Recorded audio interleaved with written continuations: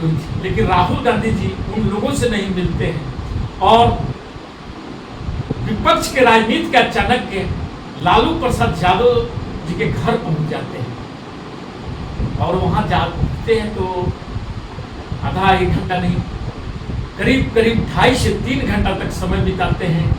वहां पर देसी मटर जो बिहार से मंगाया गया है, चंपारण मीट का आप लोग नाम तो सुनते ही होंगे और आज के दिन में हर शहरों में उपलब्ध हो चुका है, वहाँ बनता है और सभी लोग वहाँ पर इसका आनंद उठाते हैं। राहुल गांधी जी एक विशेष काम किए हैं कि बिना सांसद रहते मणिपुर पहुँचते हैं, जो कि काम जिन लोगों को जिम्मेवारियाँ दी गई थी उन लोगों को वहाँ जाना चाहिए था।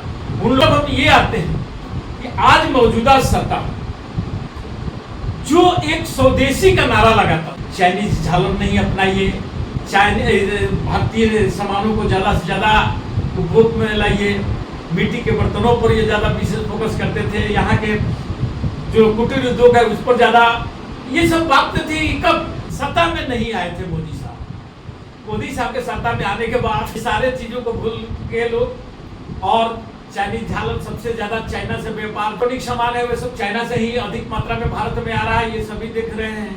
व्यापार के मामले में भी चाइना से पर ही हम निर्भर हो गए।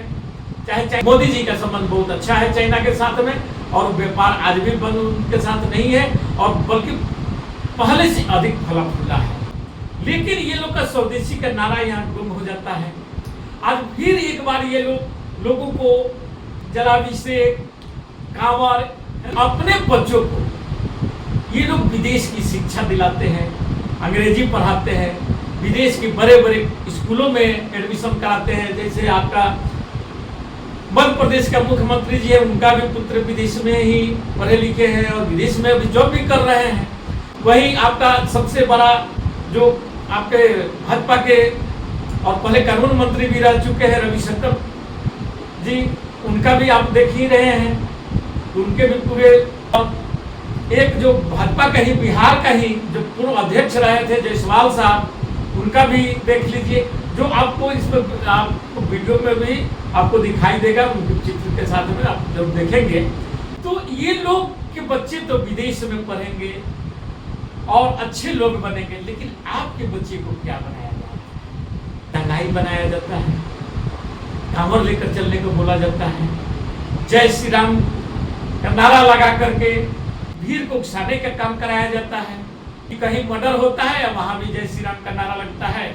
80 और 20 का जो नारा लगाते हैं, हिजाब का नारा लगाते हैं, जय बजरंगबली का नाम पर वोट मांगते हैं, राम मंदिर के नाम पर जो वोट मांगते हैं, क्या उन्हें ये नहीं समझ में आ रहा है कि देश किस ओर जा रहा है? क्या हत्याएं भी हो रही है तो जय श्री राम का नारा लगा करके बॉम्बे में होगा, दहिसर क्षेत्र में, और वहां पर पुलिस का कांस्टेबल ये बोलते हुए लोगों को गोली मार रहा है कि भारत में रहना होगा तो योगी मोदी बोलना होगा। क्या चल रहा है देश में? क्या नौटंकी हो रहा है देश में? कहां जा रहा है हमारा समाज? हम क्या अपने बच्चों को शिक्षा दे रहे हैं? क्या आने वाला इतिहास हमें माफ करेगा? इन सदासीनों को माफ करेगा जो गद्दी पर बैठ करके और इस ढंग उत्तेजक बातों को बोलते हैं और जो सच बोलने वाले को जेल में डालते हैं, जो पत्रकार सच बोलता है उन पर एनएसए लगाते हैं? बोलने की आजादी छीनी जा रही है। ये तो बाहर हो रहा है, अब तो संसद में देखने को मिल रहा है। बार बार खड़गे साहब उठा रहे हैं, विपक्ष के नेता उठा रहे हैं कि जब हम लोग बोलने जाते हैं तो हम लोगों की माइक म्यूट कर दी जाती है।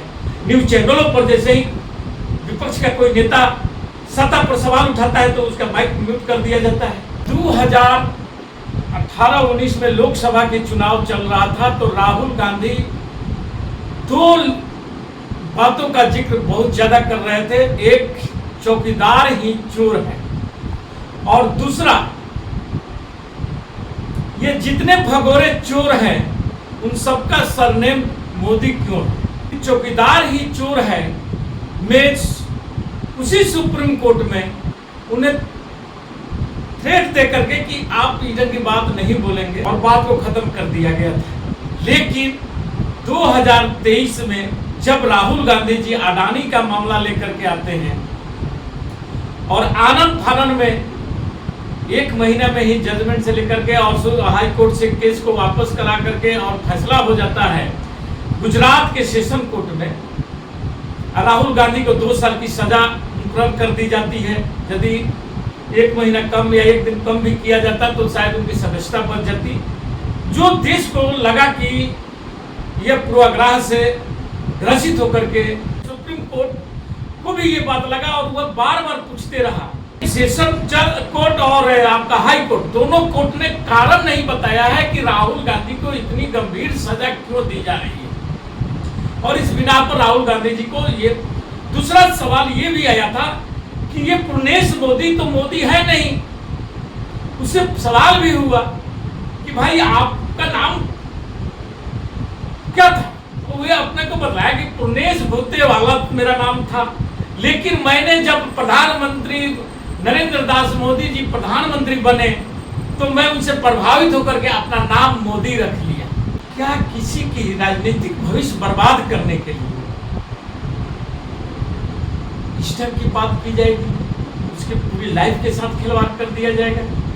चलिए आज राहुल गांधी हैं, वे लड़ करके अपनी सदस्यता बचा लाते हैं, लेकिन एक आम आदमी के साथ यदि ऐसी होती है तो क्या उनके साथ ऐसा निर्णय हो पाएगा।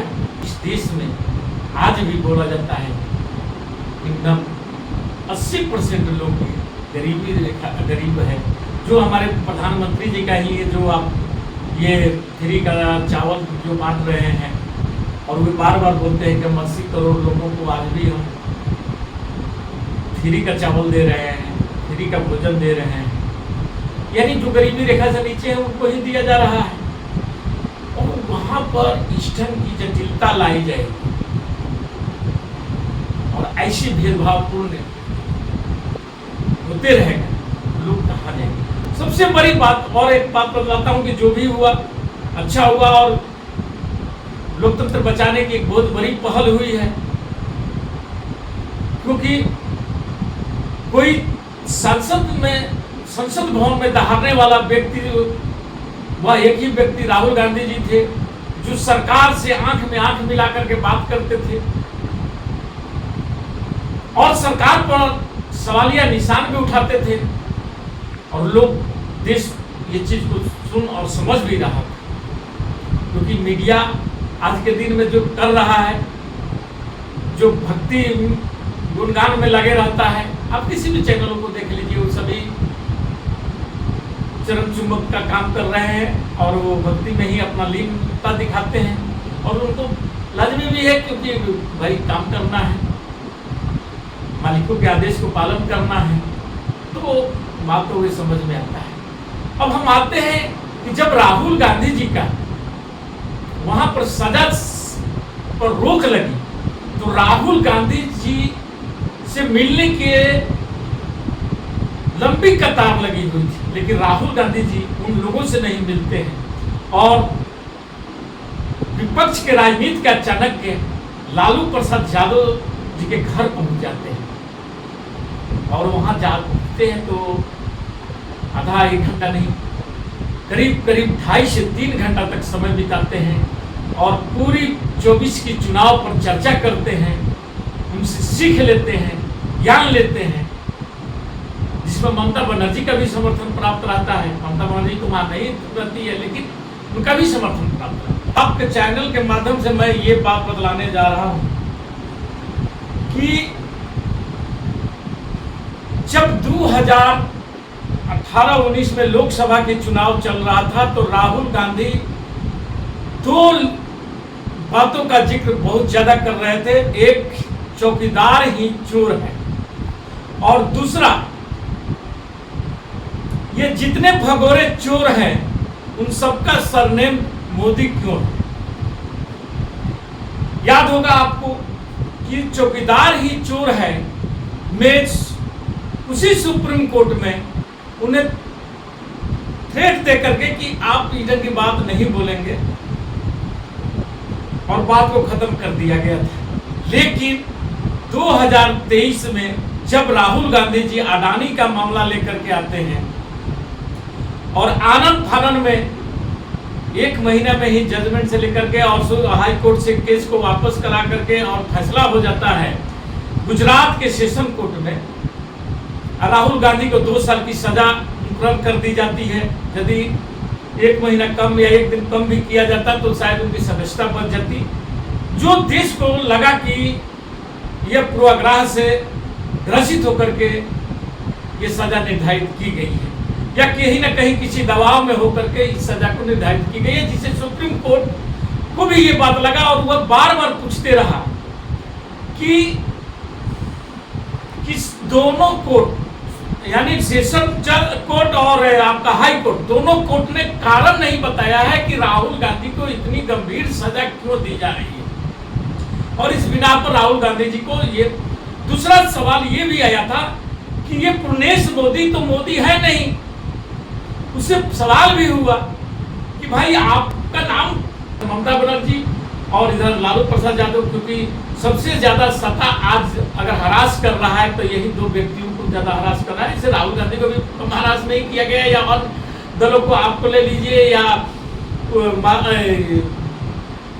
शिवसेना वाले को ले लीजिए या जो भी जितने भी विपक्ष के नेता हैं, कहीं ना कहीं सभी पर आज की मौजूदा सत्ता से प्रभावित हुए हैं और उन पर कहीं ना कहीं से उनको कटघरे में खड़ा करने का जो आज के सदासीन है वो प्रयास किए हैं और अपने आप को भ्रष्टाचार से मुक्त जो दिखाने का एक प्रयास कर रहे हैं। और वही जो जिनको ये कटघरा में खड़ा करते हैं वही लोग जब इनके साथ आ जाते हैं तो वे सब दूध के धुले हो जाते हैं और मोदी पासिंग ऑर्डर से नहा लेते हैं और वे साफ सुथरे हो जाते हैं। खैर ये सब बातों को छोड़ दीजिए, इस पर बहुत सी टिप्पणियां हो चुकी है, बहुत बात हो चुका है।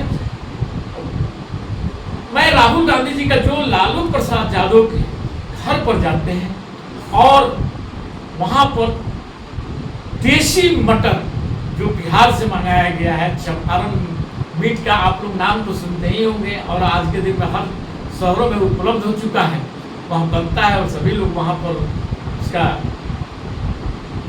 आनंद उठाते हैं। और राहुल गांधी जी उसके बाद में यहाँ आते हैं तो ये सबसे बड़ी बात है कि राहुल गांधी अन्य लोगों से क्यों नहीं मिले यहाँ पर आकर के और वो चाणक्य नीति क्यों सीखे, क्योंकि उनको मालूम है कि एक चाणक्य जिन्हें तरी पार गैंग भी कहते हैं, चाणक्य भी कहते हैं, उनकी काट करना है। 24 का चुनाव नजदीक है और इस चुनाव के पहले बहुत सी ऐसी जटिलताएं आएगी और भी आएगी अभी, जिसे राहुल गांधी जी को सामना करना है। राहुल गांधी जी एक विशेष काम किए हैं कि बिना सांसद रहते मणिपुर पहुंचते हैं, जो कि काम जिन लोगों को जिम्मेवारियां दी गई थी उन लोगों को वहां जाना चाहिए था, उन लोगों को आगे बढ़ करके आना चाहिए था, लेकिन राहुल गांधी ये चीज भी देश देखा है। दूसरी तरफ हम ये आते हैं कि आज मौजूदा सत्ता जो एक स्वदेशी का नारा लगाता था कि चाइनीज झालर नहीं अपनाइए, भारतीय सामानों को ज़्यादा से ज़्यादा उपभोग में लाइए, मिट्टी के बर्तनों पर ये ज़्यादा विशेष फोकस करते थे, यहाँ के जो कुटीर उद्योग है उस पर ज़्यादा, ये सब बातें थी कब जब चुनाव ये सत्ता में नहीं आए थे मोदी साहब। मोदी साहब के सत्ता में आने के बाद सारे चीज़ों को भूल के लोग और चाइनीज झालर सबसे ज़्यादा चाइना से व्यापार, जो सबसे छोटे छोटे खिलौने और झालर का जितने भी या और भी जो इलेक्ट्रॉनिक सामान है वे सब चाइना से ही अधिक मात्रा में भारत में आ रहा है, ये सभी देख रहे हैं। और सबसे ज़्यादा अभी तक जितने मतलब देश में तो पिछली सरकार थी उन सबसे ज़्यादा व्यापार के मामले में भी चाइना से पर ही हम निर्भर हो गए, चाहे चाइना हमारे साथ जो भी गलतियाँ कर रहा हो। लेकिन मोदी जी का संबंध बहुत अच्छा है चाइना के साथ में और व्यापार आज भी बंद उनके साथ नहीं है और बल्कि पहले से अधिक फला फूला है। लेकिन ये लोग का स्वदेशी का नारा यहाँ गुम हो जाता है। आज फिर एक बार ये लोगों को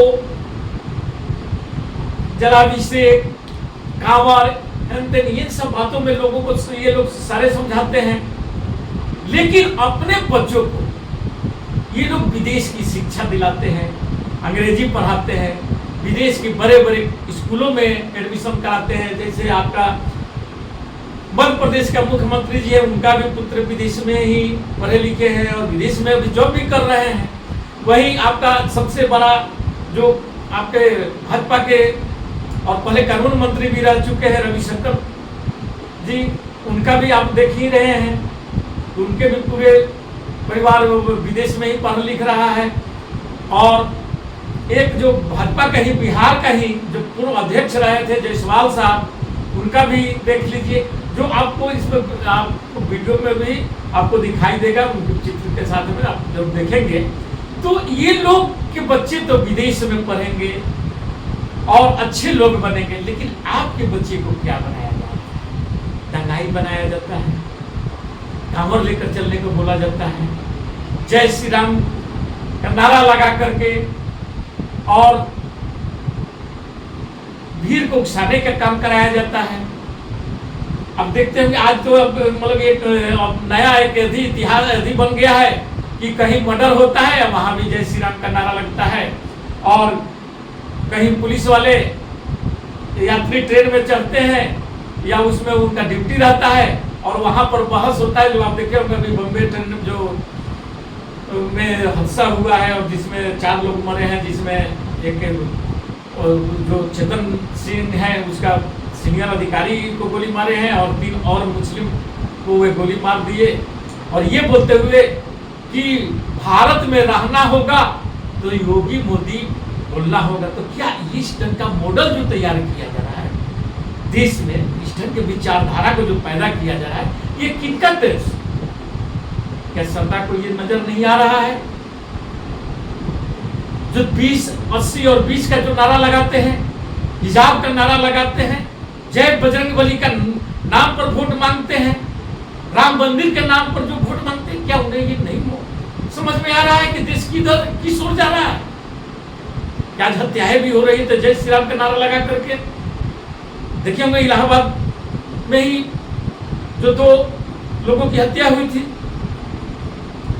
और जो बॉम्बे में हुआ दहिसर क्षेत्र में, और वहां पर एक पुलिस का कांस्टेबल ये बोलते हुए लोगों को गोली मार रहा है कि भारत में रहना होगा तो योगी मोदी बोलना होगा। क्या चल रहा है देश में? क्या नौटंकी हो रहा है देश में? कहां जा रहा है हमारा समाज? हम क्या अपने बच्चों को शिक्षा दे रहे हैं? क्या आने वाला इतिहास हमें माफ करेगा?